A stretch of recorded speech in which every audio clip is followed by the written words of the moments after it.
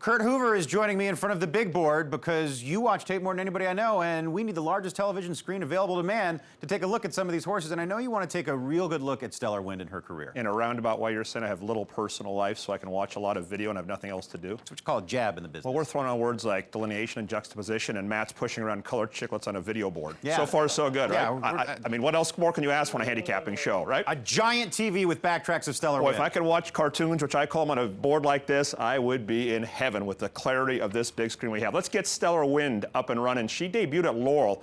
First start, she ran a maiden race. She was 6-1 in a 14-horse field, so she must have trained okay. This is career start number 2. I watched this video the morning of the race at Santa Anita. That was the Santa Isabel. And I literally, Mike, I watched it 3 or 4 times because I kept saying, this is a really good filly. I don't care who's behind her. Because you get, well, what did she beat at Laurel? How does that stack up? She's going from a maiden race to a graded stake. I think when John Sadler saw this video, or his scout saw this video, that's when they bought the horse after this race with Hronis Racing. Look at her pull away. She's not being asked to run. She hits the wire. She's in hand, yet she finds another gear. Super impressive maiden win at Laurel Park. That was the race she was purchased off of.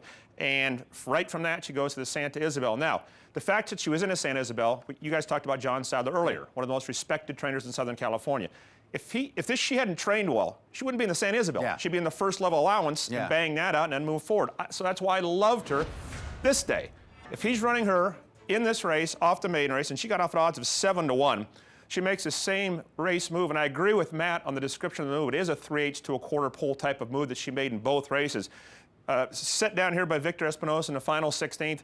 She responds to the right hand, if you watch here too. Every time he hits her right-handed, she kind of spurts and comes away again. She's gliding to the wire, winning very, very easily, and it's a scattered field.